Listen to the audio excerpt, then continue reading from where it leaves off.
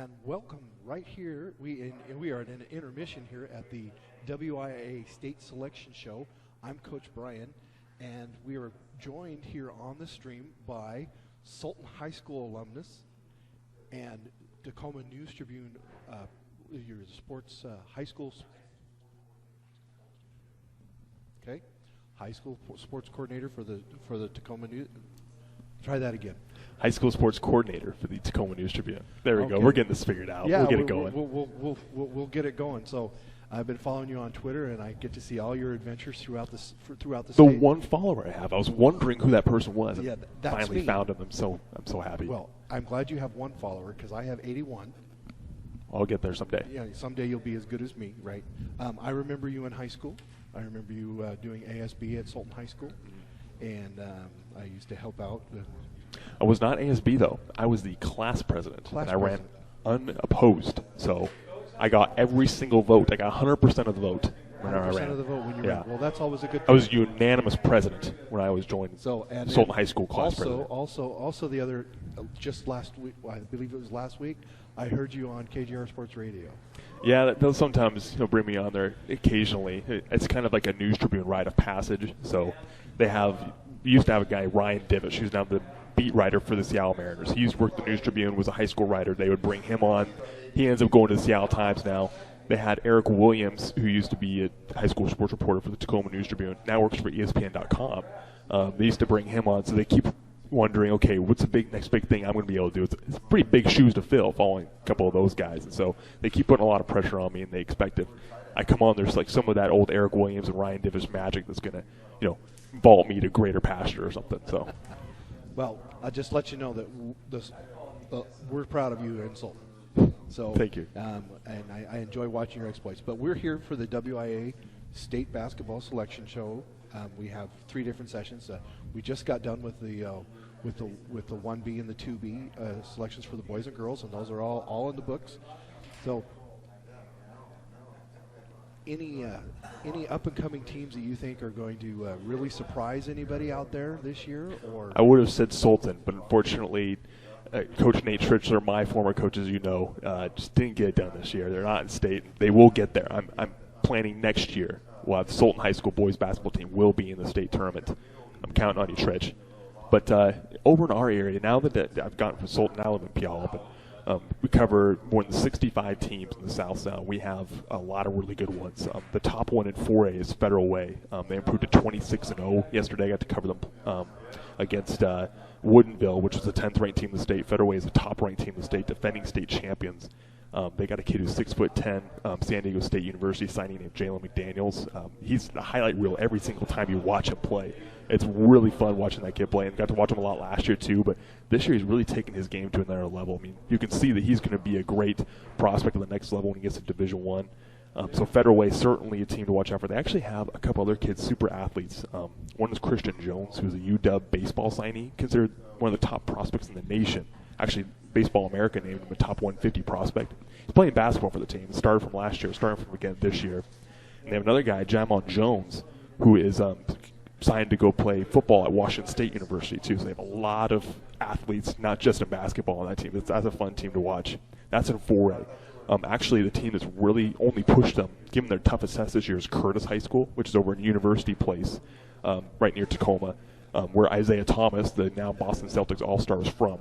There, we have them as a number 3 ranked team in the state. Both times, 2 of their 3 losses this season come against Federal Way. And one was by 2 points, one was by 3 points. Ashanti Potts Woods, who last night against Kamiak scored 38 points in that game. He's a lefty. So Curtis, also a very good team to watch in 4A. In 3A, the only team that was able to make it through for us on the boys' side was Lincoln, right in the heart of Tacoma. Actually, that school's only 5 miles away from the Tacoma. You can basically see the Tacoma Dome from Lincoln High School. So for that team to make it was pretty big for them. They didn't make it last year. Was able to beat Kamiakin last night to be able to punch their ticket to the Tacoma Dome. But the rest of our 3A teams, Peninsula, Wilson, Auburn Mountain View, Enumclaw, all lost in the state regionals yesterday and Friday. So they're all out. And the girls' side, we also get the Lincoln girls in. They got a girl, Tamia Braggs, who's the 3-time 3A Narrows League MVP, able to get back to the Tacoma Dome for the first time since her sophomore year. So that's a very good team as well. Those are pretty heavy hitters in 3A and 4A. We also got a couple of 2A just earlier. We just heard the 2B draws and the 1B draws. We had Life Christian, who they've got a kid named Luke Lovelady. His coach was sitting here earlier, Mark Lovelady, also his dad. And he last night had 15 points, 15 rebounds, and 5 blocks to lead Life Christian to win. So, Life Christian, a very good team too. We have them ranked number 3 in the state for 2B, right behind Morton, White Pass, and Brewster. So that's going to be really fun over there in Spokane to be able to watch those guys. In 2A, we'll have them coming up here pretty soon. River Ridge had a big win over Squalicum, who a normal foe of Sultan, who's knocked Sultan out a few times. Squalicum's always got a good squad up there with the hoops. Squalicum's always got a good squad, but River Ridge goes and knocks Squalicum out of this, ends their season yesterday, actually on Friday, with a win. We expect River Ridge to be able to compete. Linden is going to be right up there, too. I would assume Clarkston, River Ridge, Linden are going to be the top state title contenders for the 2B boys title. Oh, wow. So we're going to be looking at Federal Way a lot at the Dome. As we saw them a lot last year, but you're going to see them a lot more of them again this time around. So, it's going to be a fun team to watch. They've been on Sports quite a lot this year. So, yeah, the Federal Way boys. So, all right. So, now you graduated in 2008. 2008. Yeah. And you went the year before, Sultan made that state tournament appearance with Jordan Nichols leading the way. I was just the guy who set Jordan Nichols screens. I was the guy who would help rebound maybe occasionally for him and miss those layups, did not get him so many assists. So that was my role in the team, was to miss those layups, keep Jordan from getting those assists, maybe set a screen every once in a while. But yeah, that was the year before. Sultan went to the state tournament. Yeah, I got to go watch it. My brother was on that team that went to the state tournament the next year. He was a sophomore that year. I was able to get in a couple games when they played Wapato in that second game after they played. It was Clarkson, the first game, right? Yeah, so that was a fun experience seeing them go play in the Dome, and that was when it was still a 16-team format, so every team got 2 games there regardless, and that's obviously been a point of controversy too the past couple of years, is whether the coaches have very much voiced their opinion that the 16-team tournament should return. In 2010, it turned to the current format, which you have a regional game. You lose that, you're done. You advance, you get to go to either play the Tacoma Dome, the Yakima Valley Sun Dome, which Sultan got to play in that 2009 season, or you're playing, if you're one of the B schools, you go to Spokane Arena. So coaches have been trying and pleading to get back that 16-team tournament because it's a lot different playing at Puyallup High School, where I was at from 2 p.m. yesterday until 11 p.m. on my deadline. Sitting in that high school gym, and this is supposed to be a state game, and I think coaches have voiced their opinions that, one, the venues need to be bigger. So if you can't have it at the Tacoma Dome or the Sun Dome or the Spokane Arena, I think they have voiced their opinion that they want it at Pacific Lutheran University, Pierce College. They already have games at Bellevue College and every community college, so get something that is a bigger atmosphere of the game. The second thing is, we've heard a lot of coaches this weekend really much voice their opposition of how the regional format is drawn.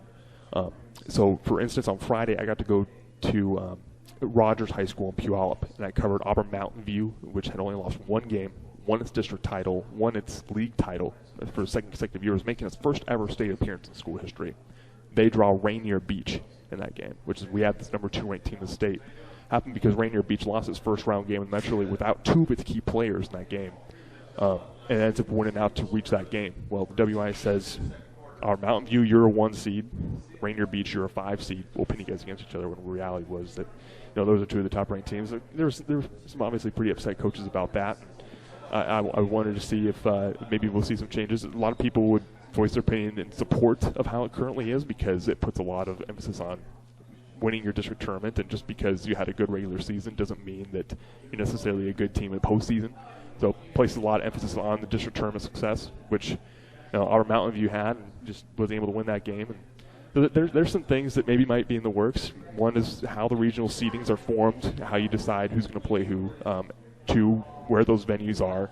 And 3, I think how the state tournament format is going to be, whether it is that double elimination game in the first round, maybe even, I've heard 32 teams, single elimination NCAA style tournament could even be a possibility. So I know there's been a lot in the works about maybe changing how that format works. I know that Oregon has changed theirs. They actually use the rankings, the state rankings, to help them with their draws, and they actually seed them according to 1 versus 16 and 1 versus or 2 versus 15, etc. when they get there, and I'm kind of pushing for that for myself for that, because I think the rankings do come into play.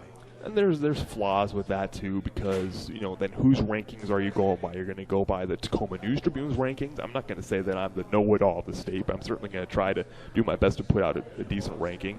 Do you go by the Associated Press rankings? Do you go by Scoresar's rankings? I mean, there's computer-generated algorithms that decide what makes a team the number 1 team versus the number 10 team. So there's a lot of different ways you can decide how you would seed it.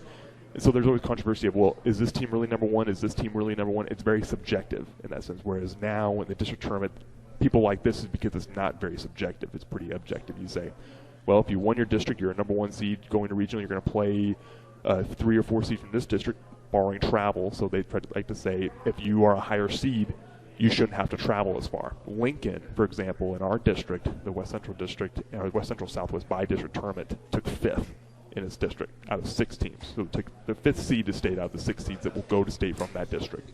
Wilson, on the other hand, got the number 4 seed. They said, well, Wilson, because you're the 4 seed, you shouldn't have to travel.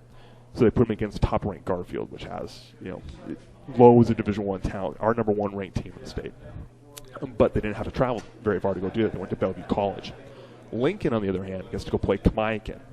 Not considered, we didn't have Kamaikan ranked. But they have to travel over to Kamaikan, the east side of the mountains, to go play that game. And so you almost wonder if a coach would have lost that game. Maybe Wilson's going playing Kamaikan instead of top-ranked Garfield, but doesn't have to travel. And so there's pros and cons to all of it. It's a pretty big old mess there. I think coaches, this weekend have really expressed to me that they would like to see some changes. Yeah, well, looks like we've got some people coming into the room here. But so you went from Sultan High School, you went to Western Washington University. Actually, Everett Community College. Everett Community College first. Yes, went to Everett Community College first, worked for the school newspaper there, the Everett Clipper. Then went to Western Washington, got my degree there, and then started as a lowly intern at the Tacoma News Tribune, worked my way up, and I kept telling everybody that as I was working my way up, I kind of consider myself a grinder. Even when I was playing sports, I may not have the best jump shot, but I'm going to work as hard as I can. I'm going to fight for every rebound. I kind of took that into how I wanted to approach getting a job, working in real life, how I am as a person, just grind and grit and do what I can. And so I started as an intern, go to be a freelancer. I go to be a part-time guy on the copy desk there, editing news copy, writing headlines, designing pages. I was even doing some stuff for the business pages, designing business pages. I hardly know anything about business pages, but I was doing that, and then doing part-time copy editing and part-time writing to eventually full-time writing to eventually the high school sports coordinator for TNT, my dream job. So it was a lot of just slog it through, wait your time. Let that be a lesson out there to all of the high school kids, that sports are not just about, they're not just about those 4 years that you're there. Exactly. They teach you life lessons on how to grind, how to not be the star, but that you can make it to a certain level, and by working hard. Well, Nate Trichler, he was like almost a parental figure to me when I was at school. I'd have lunch in his office every single day. We talk not just about basketball. We talk about life. We talk about Hakeem Olajuwon versus Wilt Chamberlain, just little things like that. But, he really instilled in me, and I remember I still have it in my yearbook from Sultan, actually, where he wrote, use what you learned here to work hard in the rest of your life. And I kind of took that to the work ethic that was instilled in me being a basketball player in that program for the 4 years that I was there. I just took that into everything I did, and I hope to continue to do so. I don't think I'm anywhere near where I still want to be, so there's still room to grow. And sports is the reason that sports is what instilled those values into me. So I was totally a proponent of sports, and that's why I love it.